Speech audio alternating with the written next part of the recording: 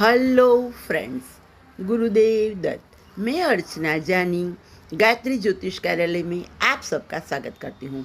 जी हाँ फ्रेंड्स, मेरा आज का विषय है राहु की जागृत अवस्था।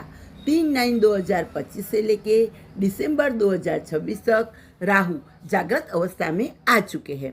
राहु को मायावी ग्रह माना जाता है और वो जीवन में कमाल के रिजल्ट देते हैं।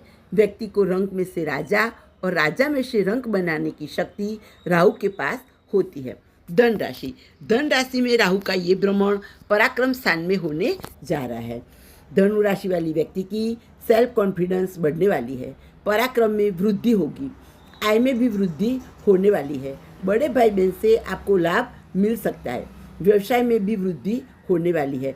मित्रों से भी लाभ मिलेगा। आपके जीवन की सारी डिजायर पूर्ण होने जा रही है। अगर बिजनेस पार्टनरशिप में है तो थोड़ा ध्यान रखिए।